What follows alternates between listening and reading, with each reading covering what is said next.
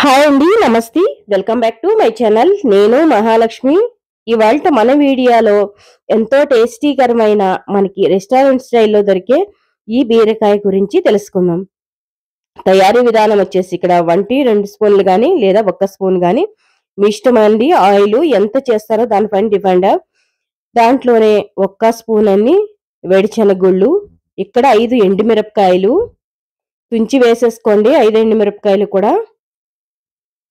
మనం ఇక్కడ కారం యూజ్ చేయట్లేదండి, అందుకోసమే ఎండుమిర్చి యూజ్ చేస్తున్నాము. కారం అనేది అసలు ఉండదు. దాంట్లోనే మినపప్పు, అది కూడా 1 స్పూన్ వరకు వేసుకోండి. అది లైట్ గా మీరు వేయించుకోవాలండి, అంటే ఫాస్ట్ గా పెట్టేసి వేయించుకున్నారంటే టేస్ట్ అనేది మారిపోతుంది. సిమ్ లో కానీ లేదా మీడియంలో కానీ మీరు ఇలా వేయించుకున్నారంటే కనుక చక్కగా వేగుతాయి. వేడిశనగగుళ్ళు కానీ మినపప్పు కానీ ఎండుమిర్చి కానీ చక్కగా వేగుతాయి. కలర్ చేంజ్ అయ్యే వరకు వేయించుకోవాలి. చూసారు కదండి, ఇలా వేయించుకున్న వీటిని ఒక మిక్సీ జార్లోకి తీసుకోవాలి. ఇలాగ వేగిన వీటిల్లో ఇంకొక స్పూన్ వరకు ఆయిల్ వేసుకోండి, అంటే టోటల్ మనకి 1.5 స్పూన్ పడుతుంది. దాంట్లోనే బీరకాయ ముక్కలు పెద్దగా కోసిన, అంటే 2 ఇంచుల మందంలో కట్ చేసుకున్న అవి వేసేసి పసుపు వేసేసి 1/2 టీ స్పూన్ వరకు పసుపు వేసేయండి.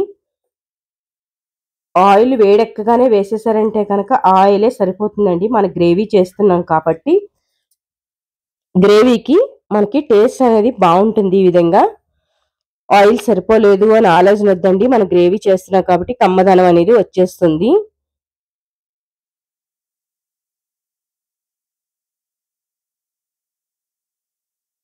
మళ్ళీ కొంచెం ఉప్పు వేసేసి కొంచెం కలుపుకోండి.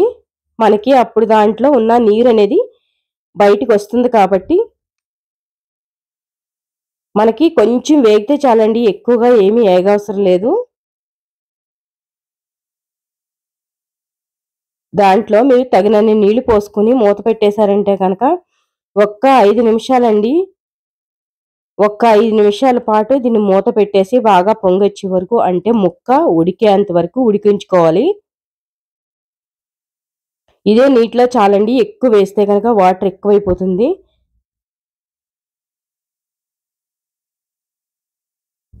చూడండి ఎలా ఉడికిందా లేదనేది. లేదంటే ఇంకొక నిమిషం పాటు మీ కలర్ ఆల్రెడీ చేంజ్ అవుతుంది.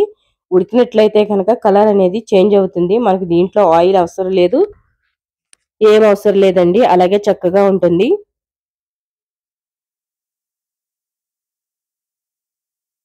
ఒక్క ముక్క తీసి చూసారంటే కనుక మీకు అర్థమైపోతుంది ఏ విధంగా ఉడికింది ఏంటి అనేది. మీకు తెలిసిపోతుంది కదా చూస్తేనే. ఒక్క ముక్క ఇరిచి చూపిస్తానండి, చూడండి చక్కగా ఉడికిపోయింది కదా. సో దీంట్లోనే మనం ఇప్పుడు ఏదైతే మనం వేయించుకుని పెట్టుకున్నాం కదా, ఎండుమిరపకాయలు, పల్లీలు, మినపప్పు వేయించి పెట్టుకున్న పేస్ట్ అనేది మనం దీంట్లో వేసేస్తామే. అంతేనండి, ఈ పేస్ట్ వేసేసారంటే కమ్మదనం ఆటోమేటిక్గా వచ్చింది, మనకు ఆయిలే అవసరం లేదు. అంత చక్కగా అంత టేస్టీకరమైన ఈ కూర చాలా బాగుంటుంది. మీరు చూసారో లేదో, చాలా హోటల్స్లో ఇలాగ నేను బయటికి వెళ్ళినప్పుడు చూసానండి. చాలా హోటల్స్లో కర్రీ అని తీస్తారు కదా, వెజిటేరియన్ అనేటప్పుడు ఈ కర్రీ కూడా ఇస్తారు. ఒకసారి ట్రై చేయండి, భలే కమ్మగా ఉంటుంది, చాలా బాగుంటుందండి. ఆయిల్ తక్కువగా చేస్తాం మనం దీంట్లో, టేస్ట్ అయితే అదిరిపోతుంది. కొన్ని నీళ్లు పోసుకుని దాన్ని మొత్తం మిక్సీ నీళ్లు వేసానండి.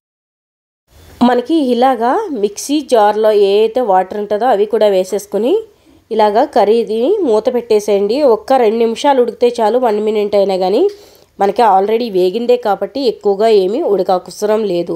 ఉడుకు వచ్చిన వెంటనే కూడా మనం ఉడుకు ఉడికితే చాలండి, మనకి ఆల్మోస్ట్ మనకి రెడీ అయిపోయింది కర్రీ అయితే కనుక. ఇలాగా రెడీ అయిపోయిన కర్రీని చూసుకొని మీకు టేస్ట్ తగ్గంత ఉప్పు వేసుకోండి. నేనైతే కనుక తక్కువ వేసాను కావాలని. మీరు కావాలనుకుంటే ఉప్పు చూసుకొని, ఎగ్జాక్ట్లీ ఉప్పు చూసుకొని, ఉప్పు సరిపోయిందా లేదా అని చూసుకొని మీరు సర్వ్ చేసుకోవచ్చు. నేనైతే కనుక ఇలాగే మరో బౌల్లోకి సర్వ్ చేసేస్తానండి. అంటే మనకి వేరే బౌల్లోకి తీసుకున్నట్లయితే కనుక మన టేబుల్ మీద పెట్టుకోవడానికి అందంగా ఉంటుంది. ఏదైనా గిన్నె కానీ లేదంటే మీ దగ్గర ఏది ఉంటే అది. ఈ కడాయి అయితే కనుక ప్లేస్ అంతా ఆక్రమించేస్తుంది. అంటే మన ప్లేస్ అంత ప్లేస్ మనకు ఉండదు కాబట్టి డైనింగ్ టేబుల్ పైన చిన్న గిన్నెలోకి తీసుకున్నారంటే కర్రీ సరిపడగా గిన్నెలో సరిపోతుంది. కర్రీ అయితే రెడీ అయిపోయింది. నేను ఆల్రెడీ తీసేసానండి ఈ కర్రీ. మీకు ఏమనిపించింది ఏంటి అనేది కామెంట్ సెక్షన్లో కామెంట్ చేయండి. ఈ కర్రీ ట్రై చేశాక టేస్ట్ ఎలా ఉందో ఖచ్చితంగా ట్రై చేయండి. మన వీడియోని ఎవరైనా కొత్తగా చూస్తున్నట్లయితే కనుక సబ్స్క్రైబ్ చేసుకోండి, లైక్ చేయండి, షేర్ చేయండి ఫ్రెండ్స్కి, రిలేటివ్స్కి. మీరు సపోర్ట్ చేయడం వల్ల మరికొన్ని వీడియోలు చేయగలుగుతానండి. చూసారా కర్రీ అనేది చక్కగా రెడీ అయిపోయింది. ఎంతో చక్కన ఈ కర్రీ చేశాక కామెంట్ సెక్షన్లో కామెంట్ చేయడం అస్సలు మర్చిపోవద్దు. ఫ్రెండ్స్కి, రిలేటివ్స్కి కూడా షేర్ చేయడం అస్సలు మర్చిపోవద్దండి. సపోర్ట్ చేయండి friends. Thank you so much.